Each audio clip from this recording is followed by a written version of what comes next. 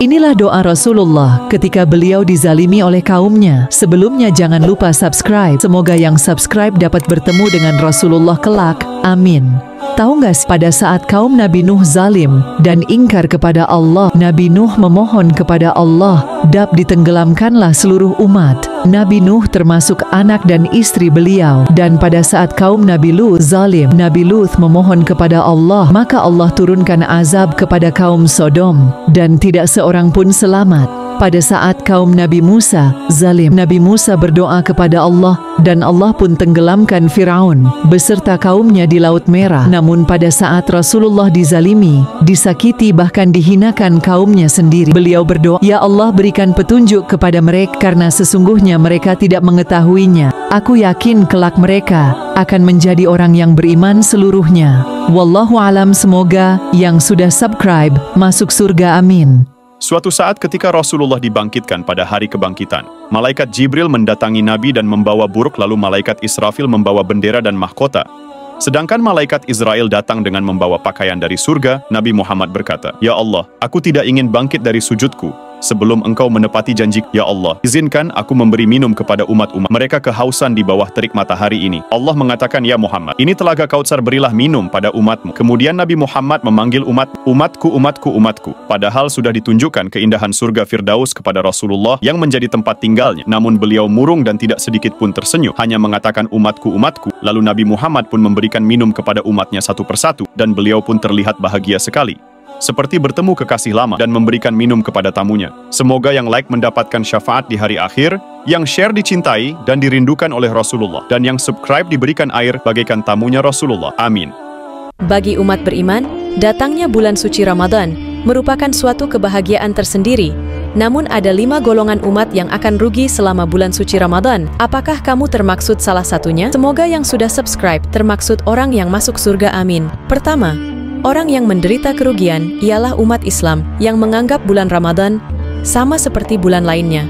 Yang lain berpuasa, sedangkan ia tidak berpuasa. Kedua, dilakukan bagi orang-orang saleh hanya saat bulan Ramadan saja.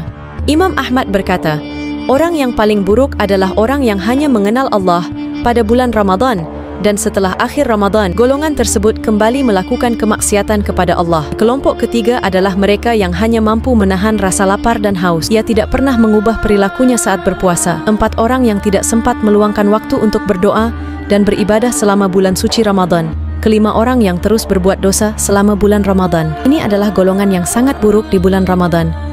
Ramadan adalah bulan yang ditunggu-tunggu oleh umat muslim di seluruh dunia.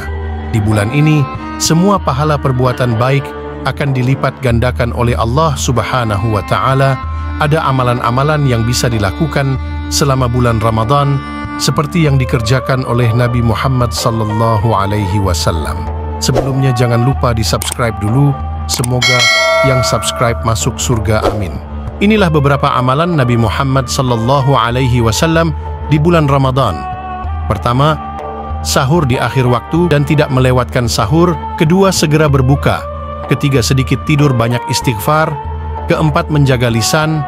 Kelima, berusaha tidak batal puasa meski sedang safar. Keenam, memperbanyak sedekah. Ketujuh, memperbanyak doa. Kedelapan, berbuka dengan kurma. Kesembilan, memberi sajian berbuka bagi orang yang puasa. Wallahu a'lam bishawab. Tipu daya setan dan iblis sangat luar biasa dalam mempengaruhi hati dan pemikiran manusia.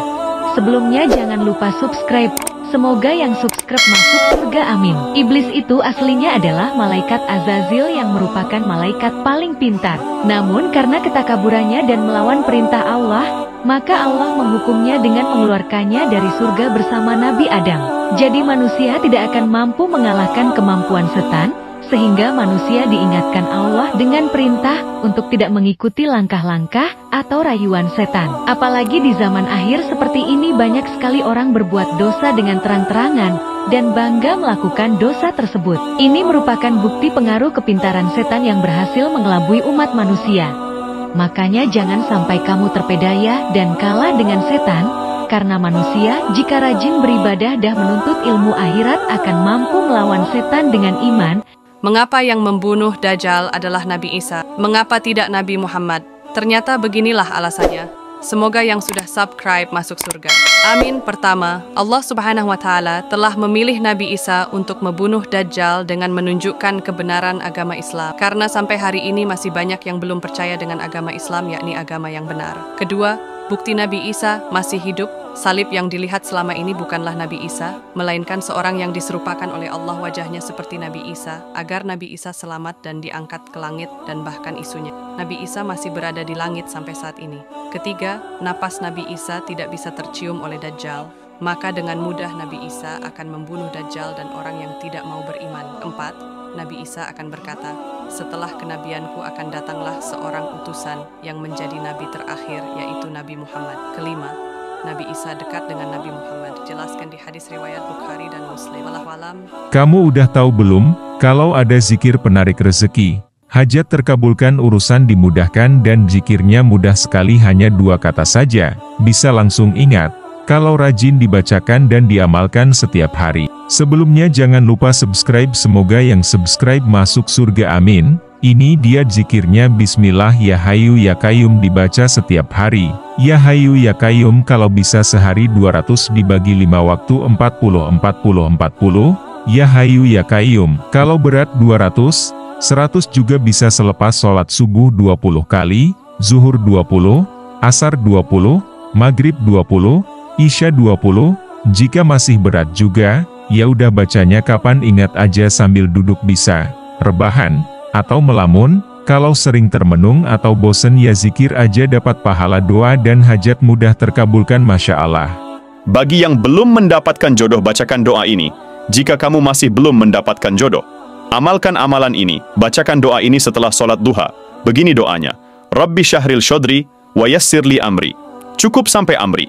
Bacakan 100 kali. Jika sudah 100 kali, bacakan doa ini, Robbila tadzarni fardan wa anta khairul waritsin, dibaca 100 kali. Juga insyaallah jika dilakukan konsisten dan yakin, agar segera dipertemukan. Semoga bermanfaat. Semoga yang like dan subscribe segera bertemu jodoh, amin.